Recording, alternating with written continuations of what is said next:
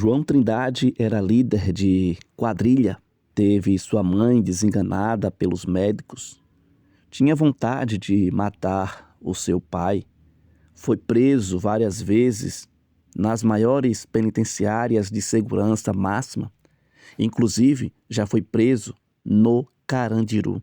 João Trindade estava presente no massacre que houve em 2 de outubro de 1992. Acompanha esse testemunho poderoso que é contado pelo próprio João Trindade. Que Deus ele te abençoe de forma especial. Meu nome é João, estou acompanhado da minha esposa Esther, que depois eu quero chamar aqui na frente também para apresentar a vocês. Eu trabalho no Hospital Adventista, no departamento de enfermagem, no centro cirúrgico. Já cuidei de alguns funcionários, pastores aqui do NASP, que foram fazer tratamentos, cirurgias no Hospital Adventista. Minha esposa também é funcionária do hospital, trabalha na radiologia. Temos uma filha, a Gabriela, que não veio conosco, 2 netinhas, a Heloísa e a Júlia. O Raio, nosso genro, mandaram também um abraço para vocês. Queridos, eu vim aqui contar o meu testemunho para vocês nessa tarde de sábado. Eu nunca imaginei estar aqui, nunca pensei que eu tivesse coragem de abrir a minha vida, meu coração, diante de tantas pessoas, mas, graças a Deus, Deus tem me encorajado para isso e foi um concerto que eu fiz com Deus, de poder contar o que Deus tem feito, o que Ele fez na minha vida e o que Ele continua fazendo.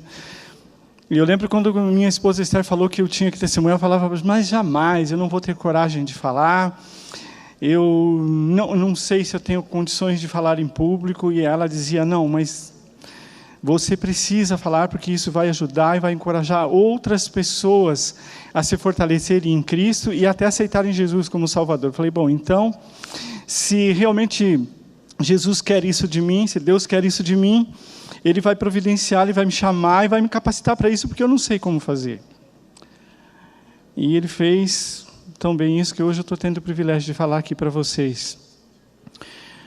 Eu conheci Jesus no ano de 1988. Na verdade, foi quando eu decidi publicamente abraçar a Jesus como meu Salvador, perante todas as pessoas. Mas o meu encontro com Jesus foi no dia 27 de julho de 1987, uma quarta-feira, fria de inverno, num lugar bastante diferente e desconhecido para vocês, com certeza, a penitenciária do Carandiru. Eu estava lá, preso, cumprindo uma pena de quase 50 anos de prisão, depois de não ser mais aceito em nenhum presídio do sistema prisional do sul do Brasil. Fui preso com 19 anos de idade, traído pelo meu melhor amigo, entregue para a polícia pelo meu próprio pai.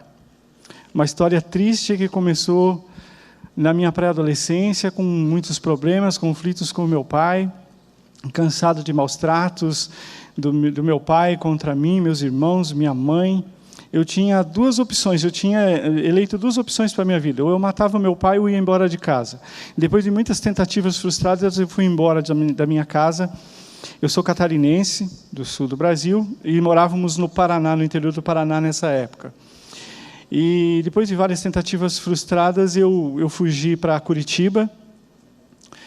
E eu sempre fui um menino honesto, trabalhava, ajudava no sustento da minha casa. E sempre temia meu pai, por meu pai ser violento, beber, bater nos meus irmãos, na minha mãe. E éramos para ter uma situação financeira muito boa, e meu pai cada vez ficando em situação mais difícil. E eu trabalhava, vendia roupas, vendia perfumes, vendia tudo que vocês possam imaginar, e levava o dinheiro para casa. Meus irmãos mais velhos também, a situação cada vez mais difícil.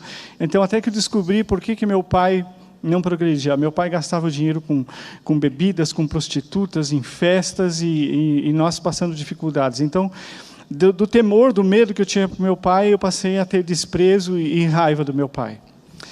E minha mãe e meus irmãos estranhavam como que eu, que era o menor, muito frágil, pequeno, tinha coragem de enfrentar meu pai, porque ele tinha, como se diz vulgarmente, rabo preso comigo. Mas mesmo assim, quando ele estava bêbado, a situação ficava difícil. Então, eu, depois de muitas tentativas, consegui fugir definitivamente da minha casa. Sobrevivi alguns dias em Curitiba com o dinheiro que eu tinha guardado. E quando o dinheiro acabou, eu tive que morar na rua. Fui morar na rua, sonhava em voltar para casa, sonhava em meu pai ter mudado, em ficar de bem com meu pai, mas quando eu acordava do meu sonho, a dura realidade era aquela mesma. Eu morando na rua, passando fome, comecei a fazer amizade com meninos de rua, e com aqueles meninos de rua, eu pratiquei o meu primeiro ato desonesto para comer. Eu fui roubar numa feira com eles. Foi o pequeno... a porta de abertura para uma vida toda errada. Aí conheci outros meninos delinquentes mais barra pesada, comecei a roubar, comecei a assaltar, e aos 16 anos de idade eu já liderava gangues, quadrilhas, e me tornei um marginal diferenciado. Eu não bebia, não fumava e não usava drogas. Eu era um marginal completamente atípico. E era muito difícil achar alguém que não usava drogas, que não bebia ou que não fumava. E a grande maioria ia preso por não saber gastar o dinheiro e comprar drogas, e delatavam os amigos. Então, eu passei a usar nomes falsos. Eu tinha vários tipos de documentos. Quando queimavam daqueles nomes, eu mudava. Comecei a conhecer as outras capitais e cidades do sul do Brasil. E quando a situação ficava difícil, eu mudava. E sempre com um sonho de ganhar bastante dinheiro e ajudar os meus irmãos. Na véspera de completar 17 anos, minha família, sem saber se eu estava vivo, se estava morto, eu reencontrei a minha família em Curitiba de uma forma trágica. Através de uma prima, a minha mãe estava internada no Hospital de Clínicas de Curitiba com leucemia em fase terminal.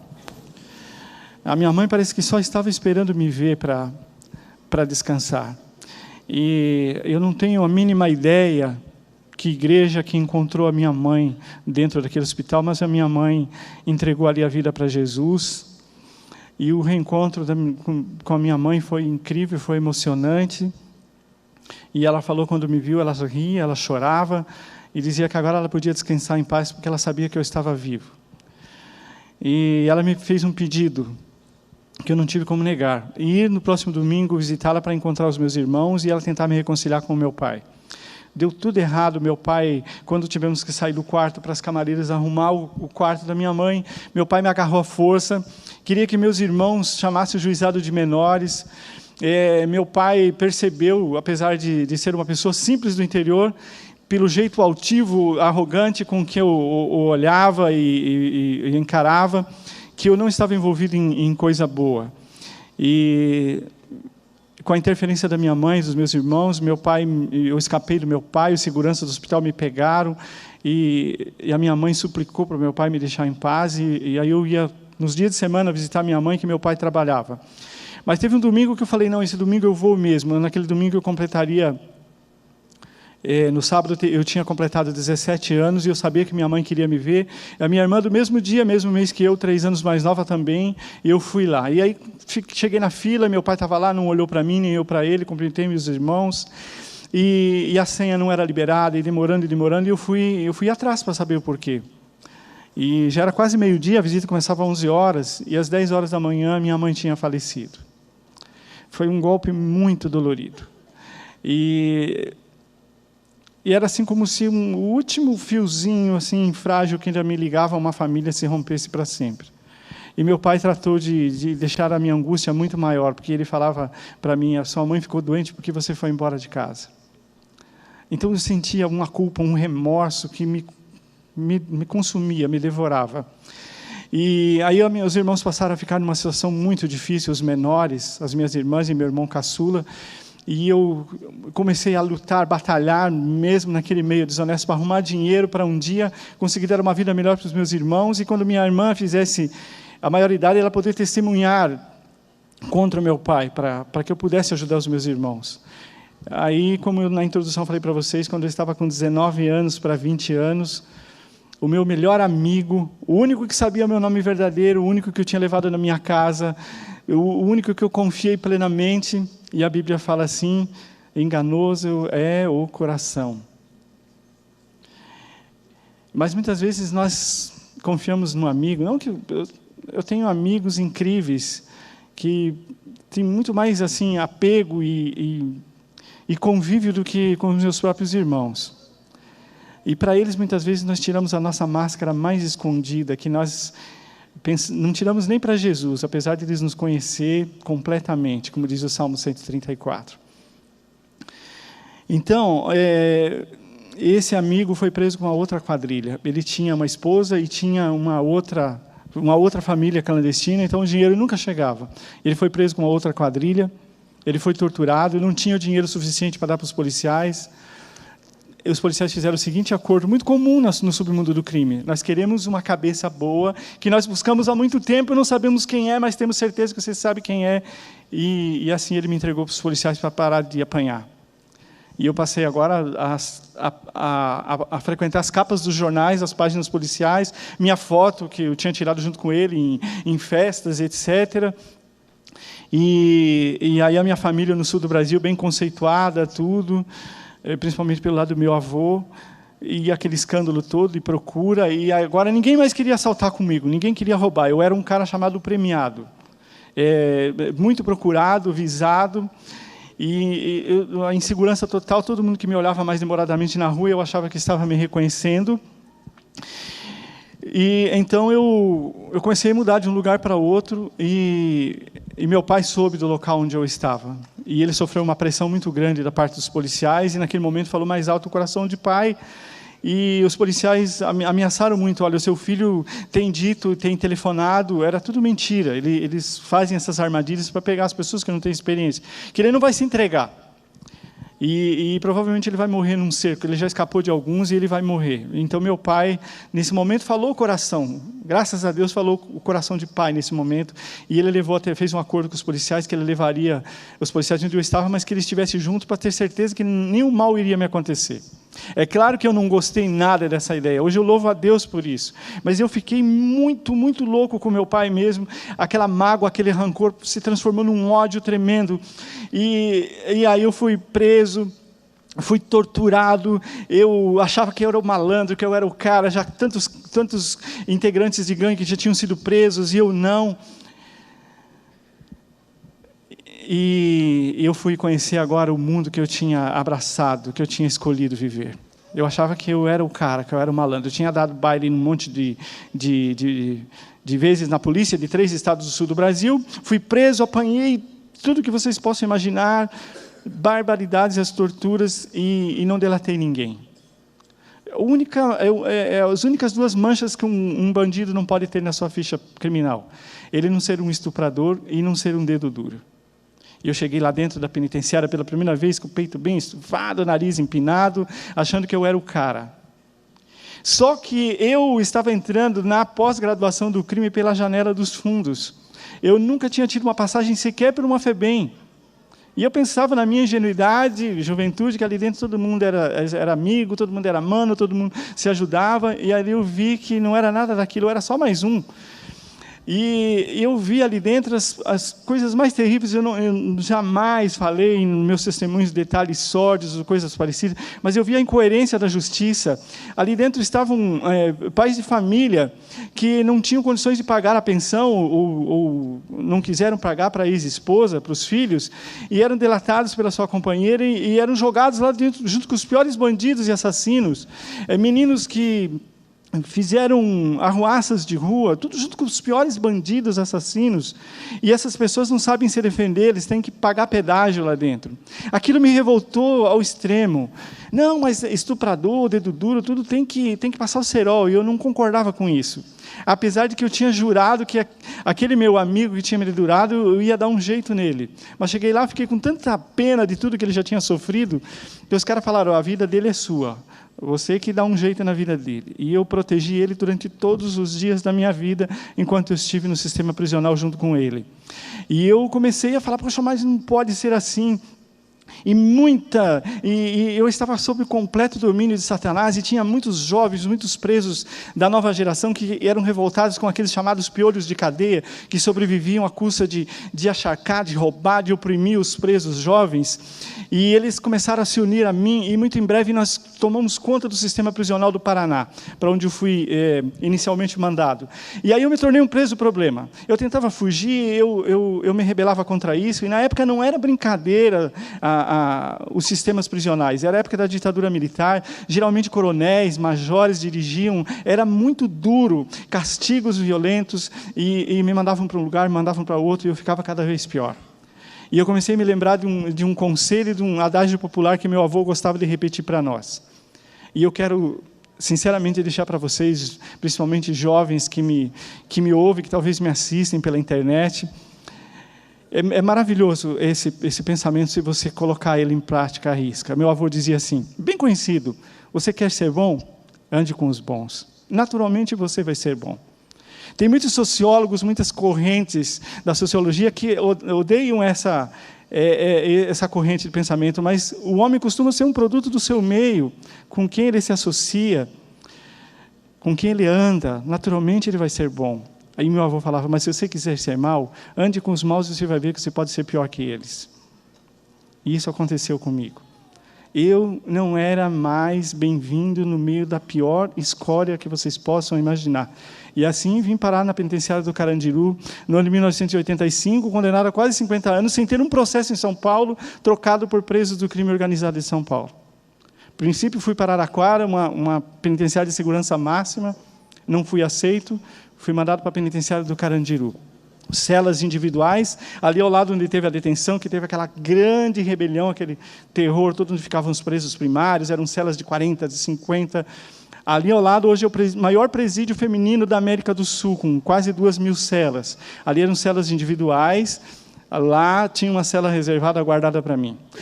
São 3 pavilhões, divididos em lado par e ímpar, 15 portões da entrada da rua até aquele último pavilhão.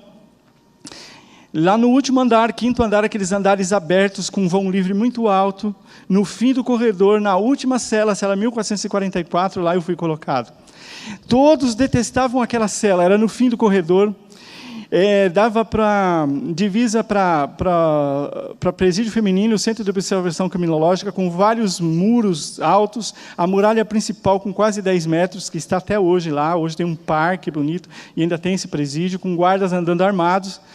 Ou seja, se você conseguisse serrar aquelas grades, descer toda aquela altura imensa, pular vários muros intermediários, aquela muralha grande, pronto, poderia fazer um filme da sua vida.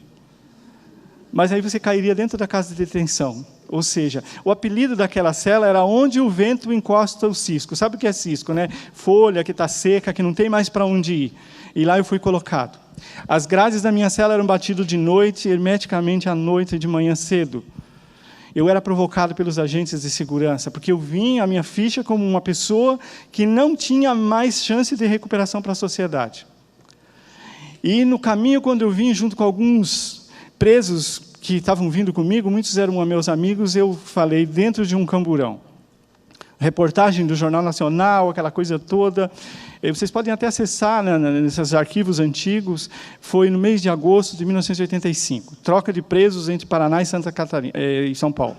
E eu falei, olha, chegando em São Paulo, não quero mais saber de me envolver em problema de ninguém. Eu só me prejudiquei, eu quero agora cuidar de mim, quero me transformar num preso anônimo para ver se assim eu consigo fugir. E eu coloquei aquele plano em prática. Eu me transformei no preso mais obediente daquele sistema. Eu fui trabalhar, eu fui estudar. E em 2 anos, você com 6 meses adquiria boa conduta. Eu adquiri boa conduta. 1 ano, ótima conduta, excelente conduta. E a minha pena, além de ser quase 50 anos, eu tinha 2 anos para cumprir como medida de tratamento e segurança. Ou seja, eu tinha que ir para um manicômio judiciário e ficar observado por psiquiatras e psicólogos. Se eles me dessem como uma pessoa sem chance de ir para o convívio da sociedade, eu ficaria eternamente preso. Deus tinha um plano para a minha vida. Hoje a sociedade clama por penas mais duras, pena de morte. Houve uma mudança na lei de execuções penais, Como eu era um preso primário, eu podia, a partir de um cesto, pleitear um semiaberto, e foi extinta aquela minha medida de segurança. O caminho estava andado. Pedi um pedido de progressão ao regime semiaberto, eu já cumpria um cesto. Tudo bem, alguns exames, algumas coisas deram tudo certo, mas o juiz alegou que eu não tinha laços familiares em São Paulo e negou meu primeiro pedido. Eu continuei a luta, trabalhando, estudando, até que no dia 27 de julho de 87, 2 anos já no Complexo do Carandiru, aconteceu aquela rebelião. Não uma rebelião como houve lá na casa de detenção, onde vocês ouvem dos 111 mortos. Eu sabia que era muito mais, mas não tinha ideia de quantos eram, porque eu conheci muitos presos que depois foram para a penitenciária, saindo da detenção. Há mais ou menos uns 15 anos atrás, eu estava dando testemunho na igreja de Vila Espanhola, ali no distrito de Casa Verde, na zona norte de São Paulo, e eu almocei na casa de um irmão que é oficial daquela igreja, e ele trabalhava no necrotério de Vila Cachoeirinha, para onde foram mandados todos os corpos daquele massacre. Ele, naquela época, estava afastado da igreja. Tinha saído da igreja e trabalhava concursado público. Ele recebeu 350 cadáveres.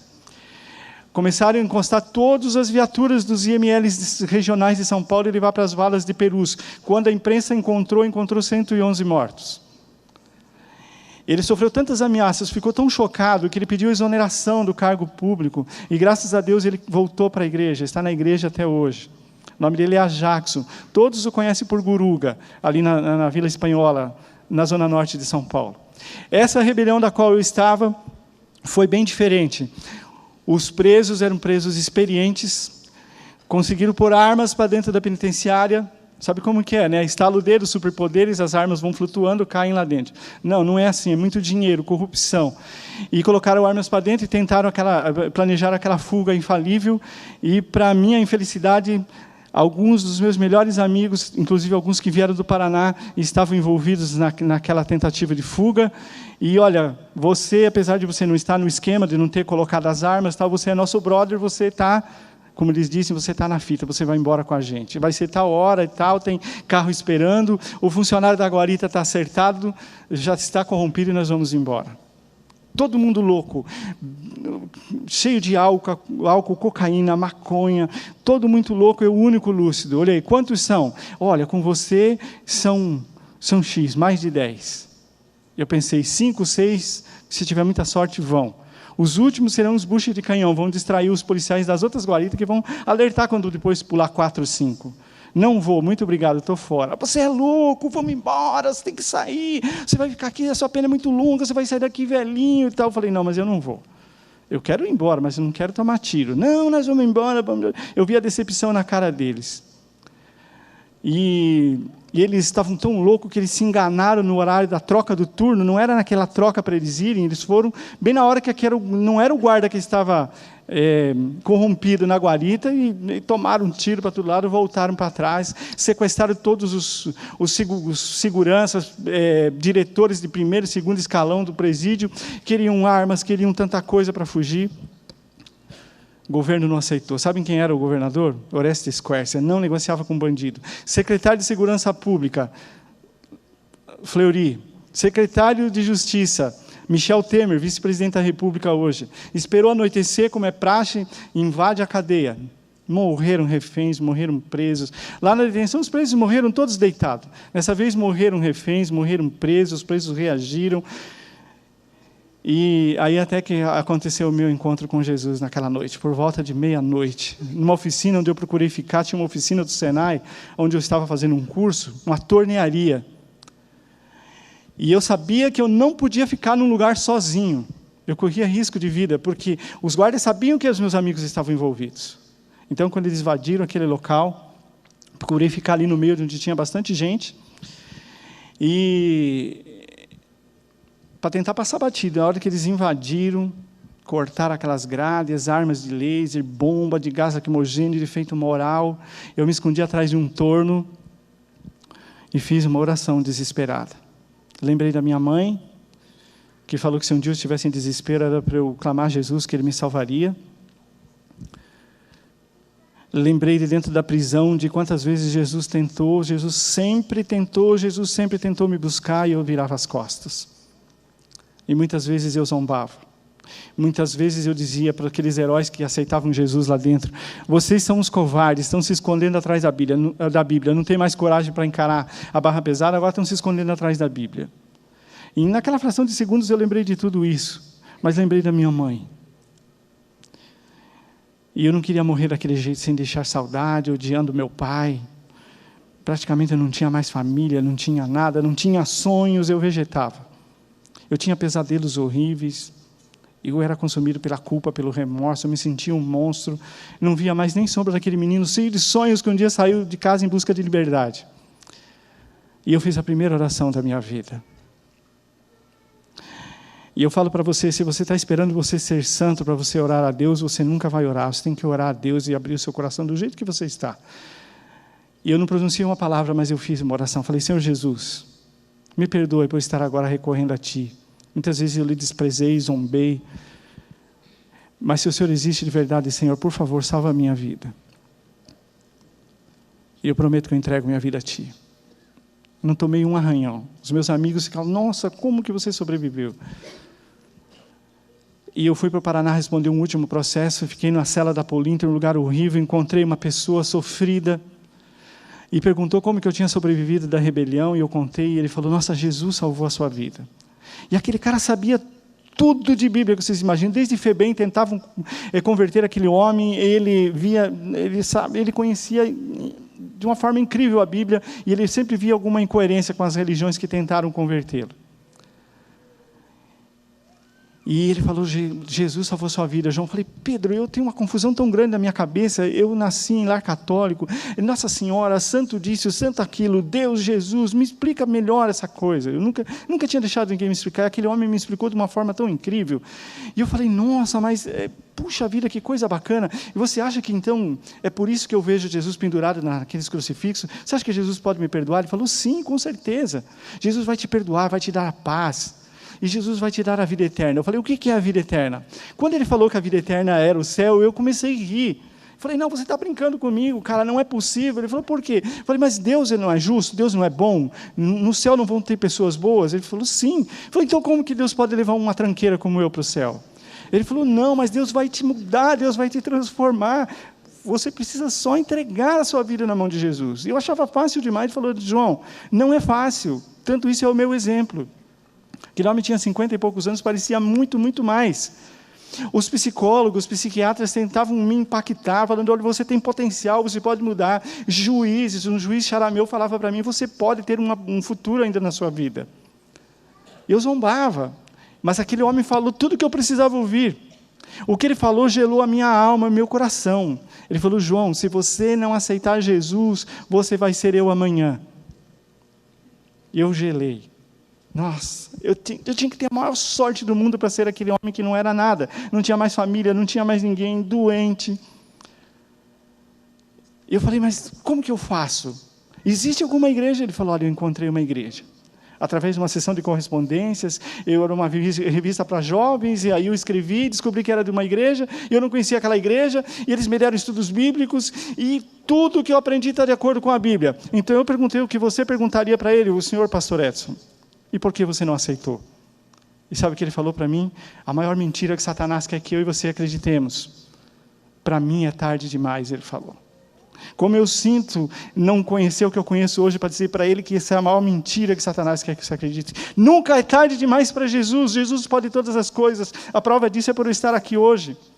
E ele me deu o endereço daquela igreja, de uma senhora que foi a pessoa que mais escreveu para ele, que mandou literaturas. E eu voltei para São Paulo num dia de desespero da minha vida, era meu aniversário, 10 anos dentro da prisão, não tinha sonhos nem nada, ninguém sabia que eu fazia aniversário naquele dia. Escrevi para aquela senhora, ela já tinha ido morar em Goiás, tinha voltado para São Paulo, tinha voltado a frequentar a igreja central paulistana, tudo aquilo, nome, endereço, tudo eu gravei de cor, não tinha caneta onde nós estávamos para anotar aquilo lá. Escrevi para aquela senhora, ela tinha voltado a frequentar aquela igreja. Ela respondeu a minha carta. E eu falei: olha, a senhora tem uma Bíblia para me dar? A senhora pode realmente confirmar as palavras que o Pedro falou, que Jesus pode transformar a minha vida, pode me aceitar? E ela ficou preocupadíssima. Nossa, ele está desesperado. Falou: olha, eu quero te dar uma Bíblia, mas eu não quero simplesmente te mandar uma Bíblia. Eu posso te visitar? E Deus tinha um plano para a minha vida. Hoje só pode entrar parente de primeiro grau num presídio de segurança máxima. Naquela época podia entrar 4 pessoas com amigos.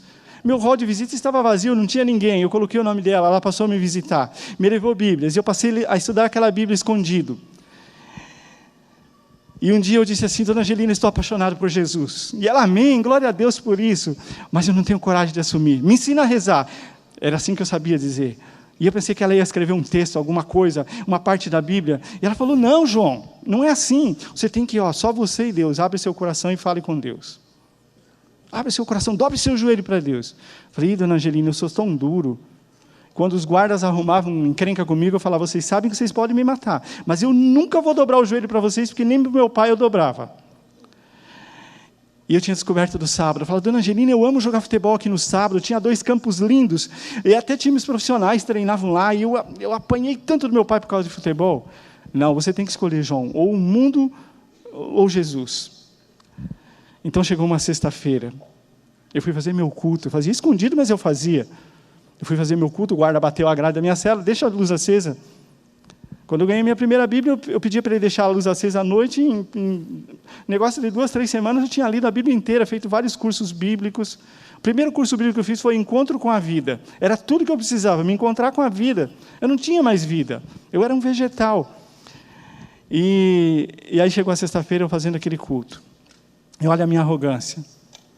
Falei: Senhor, eu quero me entregar a Ti. Eu sei que o Senhor me salvou aquela noite. Quando os amigos meus falavam: nossa, João, você tem sorte, hein? Como que você escapou? Eu falava: é sangue ruim, eu não vou morrer fácil, não. Mas depois que eu ia para a minha cela, eu ficava com uma vergonha, porque eu sabia que Jesus tinha me salvado. Então eu falei: Senhor, eu vou abrir a Bíblia. E eu preciso de uma resposta. Eu quero perder a vergonha, eu quero lhe assumir aqui dentro. E quando eu cheguei, eu falei: vou abrir a Bíblia no livro de Romanos. Comecei a ler, capítulo 1, verso 1, 2, 3, 4, 15, nada. Quando chegou no verso 16, foi o que eu precisava. Nas Bíblias tradicionais e comuns estão escritas assim: eu não me envergonho do Evangelho, porque ele é o poder de Deus para a salvação de todo aquele que crê.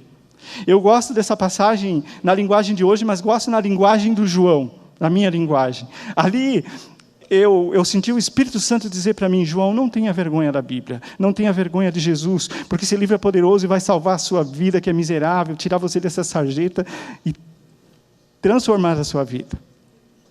E eu saí com a Bíblia na mão pela primeira vez no outro dia, e os meus amigos enlouqueceram: o que é isso? Você está maluco? Sai com esse papo furado de crente, isso daí é lavagem cerebral, os caras... Então, isso daí é coisa para fraco. Você vai ver o dia que você sair daqui, velhinho, esses crentes não vão confiar em você, vão te dar o pior emprego, o dia que sumir qualquer coisa de lá, você que vai ser o suspeito, a pele em você e já era. E eu fiquei firme. E a dona Angelina, aquela senhora, começou a falar de mim na igreja, e convidaram o pastor cuidava de uma igreja de 1000 membros, mais uma outra igreja na região central, e o pastor falou: olha, eu vou fazer uma viagem a Jerusalém e tal, e breve eu vou. E ela queria levar outras pessoas, e ninguém queria. Um dia ela falou para a única filha que ela tinha solteira: convide as suas amigas, você tem a mesma idade dele, vão lá visitá-lo, ele precisa ter amigos. Ela falou: eu não vou, o maior programa de índio, eu só tenho 2 folgas por mês de domingo. Ela trabalhava no Hospital Albert Einstein, para o meu lazer e tudo, para eu poder folgar todo sábado. O que se ela precisar, eu ajudo, mas eu não vou. E de tanto ela insistir, um dia ela disse: olha, minha filha topou com as suas amigas que você escreva para ela. Comecei uma amizade com aquela moça, com as suas amigas, pessoas tão bacanas, legais, sem preconceito, cartas, literaturas, eu fazia muita pergunta.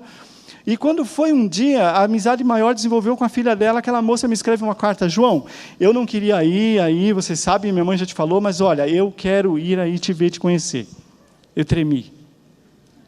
Eu já estava sentindo um carinho muito grande por ela, já tinha visto as fotos, carente, o coração mais seco que o chão do Ceará. Eu fiquei com medo e corri da raia, literalmente. Eu pedi transferência para o diretor do presídio: me transfira para Pirajuí, pode ser até Presidente Venceslau, era a prisão mais longe, um lugar quente, terrível. O apelido daquele lugar era Presidente Venceslonge, em vez de ser Presidente Venceslau. Pode me mandar para Venceslonge que eu vou. Não, que isso? Você chegou aqui, você era uma pessoa sem nenhuma chance, agora você está recuperado, você está tirando pessoas do submundo aí e tal, eu vou conceder um espaço para vocês organizarem a sua igreja. Falei: puxa vida, não deu. Escrevi uma carta para ela. olha, pergunta para sua mãe como aqui é humilhante, tem que tirar toda a roupa para uma guarda feminina revistar e tal. Eu falei, agora ela não vem. Ela falou, não, eu quero te conhecer, eu sinto que Deus tem um plano para mim. E que plano? Mas agora eu já sabia orar. Falei, Senhor Jesus, não deixe que eu venha me apaixonar por essa moça, eu não quero magoar ela. Eu achava que ela, nossa, se ela descobrisse isso que eu estava gostando dela, era uma ofensa. E eu orei com todo o meu coração, e hoje entendo porque muitas vezes nós derramamos a nossa alma aos pés de Jesus, e nós temos certeza que o céu inteiro ouviu, mas Jesus não atendeu. Sabe por quê? Porque Ele que sabe o que é bom para mim e para você. Tem coisas que nós pedimos se Ele nos conceder a nossa destruição. E eu falei, agora não tem jeito, coloquei o nome do hall de visitas, ela veio e foi olhar para aqueles olhos verdes, para aquele rostinho meigo, eu me apaixonei, olha, arriei step, pneus, 4 pneus, macaco, tudo. E eu ficava assim, sabe, desesperado, porque eu falei, por que vai ser de mim agora? E ela ia a cada 15 dias com a mãe. E eu falei, a mãe não pode descobrir uma espanhola brava. E eu amei o jeito dela, porque ela era sincera e tal.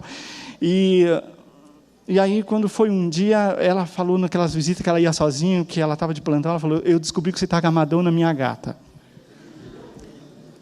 Eu falei, nossa, dona Angelina, está tão na cara assim. Ela falou, olha no espelho o brilho dos seus olhos. Eu falei, por favor, não conta nada para ela. Eu tô quase estourando o tempo aqui, mas vocês vão ter um pouquinho de paciência. E eu falei, claro, por favor, eu não queria que ela viesse aqui. A sério que começou com essa história? E aí escrevi uma carta, por favor, dona Angelina, não conta para sua filha que eu estou apaixonado por ela. E pedi para ela, peça para ela não vir mais aqui, eu não tenho coragem. E a mãe chegou e foi falar, filha, acho que é bom você não ir mais lá na prisão. Ah, não, mãe, mas que negócio estranho. Primeiro eu não queria ir. Agora que eu quero, que eu estou gostando, se ela não quer. Por quê? Ah, mas eu prometi para ele que eu não posso contar o motivo. Só que a mãe dela tinha dado uma saída e deixou a minha carta aberta em cima da estante. E mulher não é curiosa. Só um pouquinho, né? Ela falou assim, a minha mãe não vai me matar, eu li a carta, ele leu a carta, então ela já sabia do que ela desconfiava, teve certeza.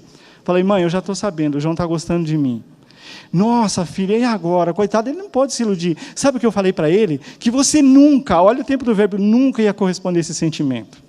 Às vezes nós conhecemos Jesus, sabemos como Ele é bom, como Ele é maravilhoso, mas nós limitamos o poder de Jesus. Jesus é mais, Jesus é tudo, Jesus é maravilhoso.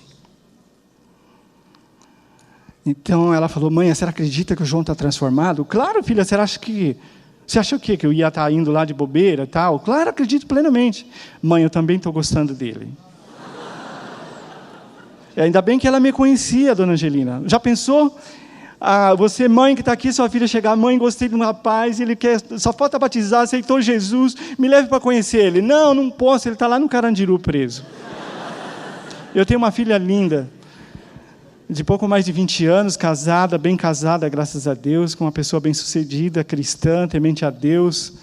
Se ela viesse com um papo desse, eu mandava ela para a Sibéria. Sem nenhuma chance, que loucura. Mãe, eu também estou apaixonada por ele.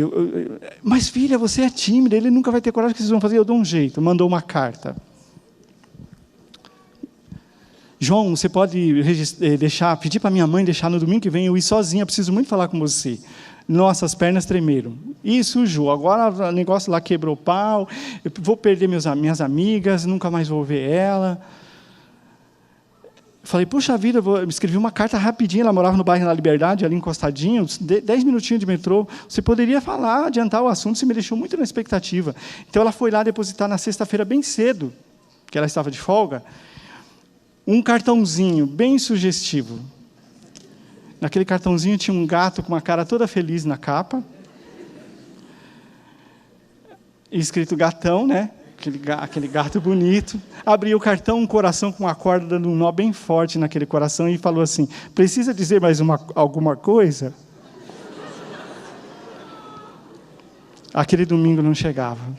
E lá, eu tinha a camiseta branca, duas bem bonitinhas, bem branquinha para o uniforme, calça bege. E estava quente aquele dia 2 de outubro de 88, quente demais. Eu molhei as 2 camisetas. Aí a única coisa que restou seco foi um moletom azul marinho. Eu pus aquele mesmo e cheguei lá parecendo uma Maria Fumaça, transpirando, naquele corredor, um lugar romântico para se conversar de namoro, quase 1 quilômetro de comprimento, visitas de lado, aquela balbúrdia criança, eu tinha reservado um local, sentamos ali, eu daquele jeito, suando, transpirando, ela com a mão gelada. E a minha mão suando, molhada, e a dela tremendo, e ela falou assim, coragem, nós temos que encorajar um ao outro. Mas não teve clima, não teve papo, não teve nada. E falou assim, na bucha, o que você sente por mim? Claro, eu tenho que fazer meu papel, né? Eu sou rapaz, sou homem, né? Tive que me declarar para ela, só que primeiro eu tossi, engasguei, fiquei vermelho, roxo, e consegui falar para ela o que eu sentia. E antes que ela fosse falar, eu falei, olha, eu não tenho nada para te oferecer. Eu não sei o dia que eu vou sair daqui. Em outras palavras, eu disse para ela, se joga que é fria. E ela falou assim, eu só quero que você me diga uma coisa. Eu já tive noiva para casar. E eu sentia que não seria feliz com aquela pessoa. Eu nunca me senti importante na vida de alguém. Eu quero saber se eu vou ser importante para você e que eu posso te fazer feliz. Tudo que eu quero é ser importante para alguém e fazer alguém feliz. Para mim, essa é a maior declaração de amor, a mais linda que pode existir. E eu falei, mas você vai ser discriminada. Até o pastor vai ser difícil ele entender quando você contar para ele. Ele falou, não tem problema. E ela falou, em 6 meses, 1 ano no máximo, você sai daqui. Ela teve que esperar 7 anos e 4 meses para esse sonho virar realidade. E quando ela contou para o pastor ficou muito preocupado. Minha filha, aqui tem tantos rapazes, tem tantas pessoas. Ele já ao longo do seu ministério tinha tido muitas decepções com presos, com falsas conversões. E ele só se tranquilizou quando ele foi dentro daquela penitenciária me conhecer. Onde está o pastor Alder Mello? Onde está o pastor Alder Mello? Por favor, pastor, vem aqui.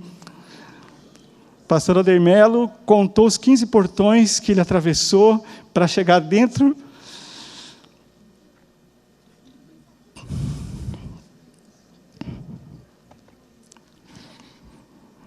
Para chegar dentro daquele presídio para me viver. Não sei como o pastor pensava que eu era, apesar que ele teve ministério no Sul, ele sabe que a maioria dos catarinenses são meio branquelos, assim como eu e tal, mas a grande maioria das pessoas que me chamam e não me conhecem, onde eu vou, penso que eu sou um negrão desse tamanho, uma jamanta, e aí, mano, como é que é? E aí, pastor, é nós.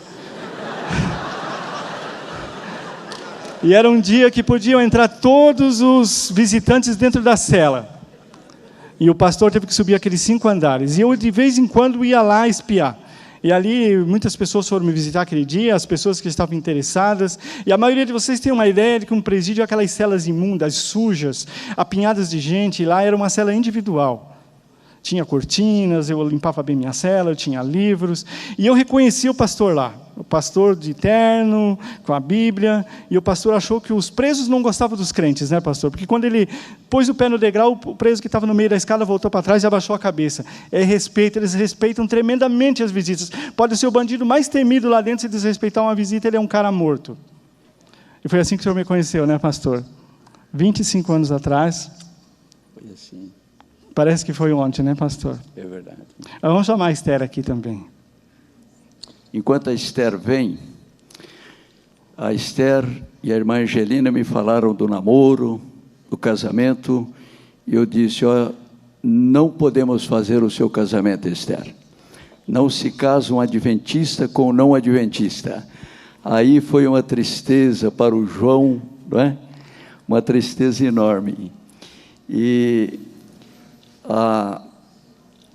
Mas a impressão, João, quando eu entrei, atrás de mim se fecharam, eu contei 8 portões. São 15 portões. São 15. E eu entrei ali, o guarda me apontou, aquele lá é o João, mas eu estava gelado, com medo ali no meio de milhares de prisioneiros. Eu pensei, é um lugar muito inseguro este. Mas quando eu cheguei junto ao João e começamos a conversar, e ele me levou até a cela dele, um lugar limpo, bem cuidado. Ele arrumou tecido branco, dividiu aquele quarto em 2 ambientes. Tinha uma sala, tinha o quarto, uma estante na parede com a revista Mocidade, que foi um dos elos que ele teve para ter o contato com os adventistas, Bíblia, livros, lições, e eu tive uma convicção: esse rapaz é convertido. Pedi ao juiz para que ele fosse batizado na igreja, que ele podia ir algemado com o soldado podia entrar no tanque. Se prontificaram a pagar os custos, inclusive, para o Estado, os custos que tivessem com essa escolta. Todos os custos, porque sabíamos que seria difícil. Foi negado. Mas eu acho que você vai contar do batismo, né? Então, depois de muita luta, de muita batalha, infelizmente, para mim, o pastor Oder veio transferido aqui para a região de Campinas, e aí os irmãos da freguesia do Ó nos ajudaram bastante, conseguimos fundar a igreja. Eu fui batizado, nos casamos. Você foi batizado como ali? Qual era o tanque? Tinha uma horta lá onde os presos trabalhavam, num tanque que era para lavar as verduras. O tanque para lavar as verduras lavou o João. Lá, exatamente. Fui batizado lá e fui escolhido para ser o líder da nossa igreja dentro da penitenciária, onde eu exerci esse trabalho por bastante tempo. E, lógico, eu queria logo sair. Quantos membros chegou a ter a congregação? Tinha cultos que nós tínhamos mais de 100 pessoas. Lá se batizaram centenas de pessoas. Agentes penitenciários receberam estudos bíblicos, recebemos milhares de Bíblias. E a Esther foi atrás de advogado, ela foi falar com uma prima e um primo. O primo era juiz corregedor dos presídios. Ela foi falar com ele, porque o juiz insistia nesse detalhe. Eu tinha valores éticos, morais e religiosos preservados, mas eu não tinha familiares em São Paulo para ir para um regime semiaberto. E o pastor Oder Mello, junto com alguns amigos, já tinha um emprego arrumado para mim aqui na cidade de Hortolândia. Então eu viria para o semiaberto daqui, mas o juiz começou a protelar. E então a Esther foi falar com esse primo, e era só ele fazer assim, eu saía de lá. Mas imagina, o juiz que julgava o meu caso é um dos juízes mais duros de São Paulo, o Dr. Ivo de Almeida. Ele que colocou toda aquela máfia de fiscais há 12 anos atrás preso em São Paulo. E o primo da Esther falou: olha, eu não posso interferir assim, claramente, porque já pensou de chegar lá? Falou: olha, minha prima gostou de um carinha aí e tal, mais ou menos assim, bandidão, 3 estados não quiseram mais, dá uma força para sair. Aí amanhã depois esse juiz fala assim: aí, agora eu quero que solte o Marcola. É mole ou não? Claro que ele não pode, mas conseguiu uma audiência para a Esther junto com a prima dela. A prima da Esther é irmã da Deise, que o senhor conhece lá do NASP, de Hortolândia, esposa do Nelson, né? E o juiz falou: nossa, que maravilha, se todo mundo da sociedade fizesse o que você está fazendo, moça. Já estávamos casados, nossa filha era de colo. Quantas pessoas se recuperariam? Na hora que ele pediu o prontuário, pastor, o semblante dele ficou carregado. Ele falou: eu admiro sua coragem e te parabenizo novamente, não vou soltar. Ela não chegou lá chorando. Falou assim: nós perdemos uma batalha, nós vamos vencer. E desde o começo, pastor, eu não queria advogado. E a Esther falava que isso era orgulho. E outra coisa que eu não aceitava falar era sobre advogado e não queria falar sobre meu pai. E ela dizia assim, ela nunca perguntou o que eu fiz.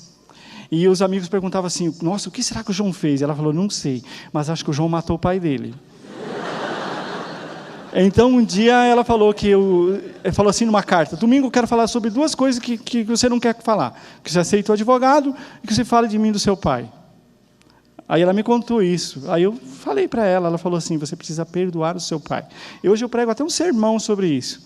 Os 2 versos seguintes do Pai Nosso é meio passado por alto. Depois do amém do Pai Nosso, ela diz que se nós não perdoarmos, nós não seremos perdoados.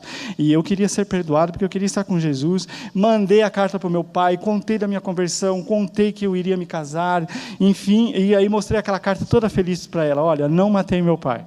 E meu pai hoje é um fã de carteirinha da Esther. E então eu disse para ela: olha, não era orgulho. Eu não entendia muito bem, mas Jesus fez o que ninguém pode fazer. Nem um tribunal, nem um juiz, nem o desembargador que o pastor Oder Mello foi atrás, ninguém. Vamos entregar na mão de Jesus, e ela concordou. E por esse tempo minha filha já sabia orar, bem pequenininha, como minha netinha, que com 1 ano e 2 meses fui dar papinha para ela. Antes de eu dar a papinha, ela falou, vovô, e pôs as duas mãozinhas assim, que era para orar. E a minha filhinha já sabia orar, e a única coisa que ela sabia dizer era, Jesus, traz papai para casa. E ele foi meu advogado. E ele abriu aqueles portões.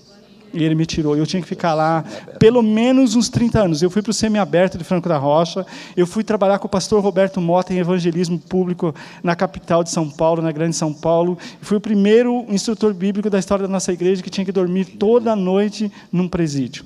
Saía para trabalhar, saía na Páscoa para passar uma semana com a família, e no Natal fui passar 2 semanas, o primeiro Natal depois de 18 natais e Ano Novo preso. Fui ver o meu pai. É a única lembrança que eu tenho na vida de meu pai me abraçar e eu abraçar o meu pai. Ele está vivo hoje ainda, com 88 anos. E naquele semiaberto eu tinha que ficar pelo menos uns 10 anos. Mas Jesus estava fazendo tantas coisas maravilhosas na minha vida, que eu não gosto do ditado que diz, quando você ajuda aquela pessoa, ele vive te pedindo, você fala o quê? Está mal acostumado? Não, ele está bem acostumado. Você acostumou bem ele. E eu estava tão bem acostumado com Jesus, que eu falei, eu vou fazer um pedido de livramento aberto. O juiz de São Paulo negou. Dias depois, transferiram as minhas execuções penais para Franco da Rocha, onde eu estava. Eu falei, vou fazer. O juiz é um juiz que não é tão, sabe, assim, atarefado como em São Paulo. Fiz um pedido, mandei declaração do pastor Mota, do presidente, do pastor Vandir, do pastor Paulo Stabino, de vizinho, policial militar, tudo e tal. E o juiz conhecia, o doutor Marcelo conhecia muito bem a organização adventista, tinha uma admiração pelo sistema educacional e de saúde, me chamou numa audiência e falou, olha, a promotora foi contra, a sua advogada fez um bom arrazoado, a minha esposa estava desempregada nessa época, eu coloquei tudo comprovando que eu sustentava a minha casa, e o juiz falou, eu vou te soltar. Ao pé da lei você não tem direito, você tem que a cada 3 meses se apresentar perante um conselho, comprovar que você está trabalhando, residência fixa você tem. E aí, então, eu tinha ganho uma bolsa de estudo para fazer o curso de técnico de enfermagem lá na Central Paulistana, da igreja onde eu conheci a Jesus. E eu fui fazer aquele curso, e quem se desse bem naquele curso poderia ter uma oportunidade no Hospital Adventista de São Paulo. E eu tinha que ficar entre os 5 melhores alunos, e eu fui o primeiro aluno da turma.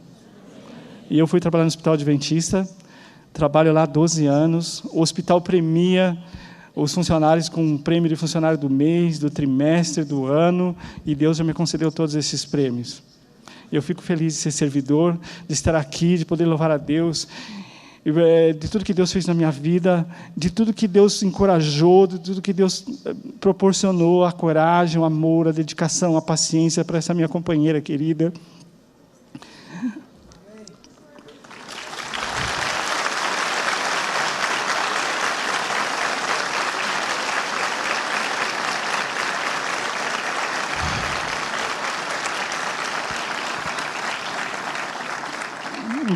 Eu acho que o testemunho da Esther é muito mais grandioso do que Deus fez na minha vida. E, pastor, eu chamei aqui hoje porque eu devia essa homenagem para o senhor, viu?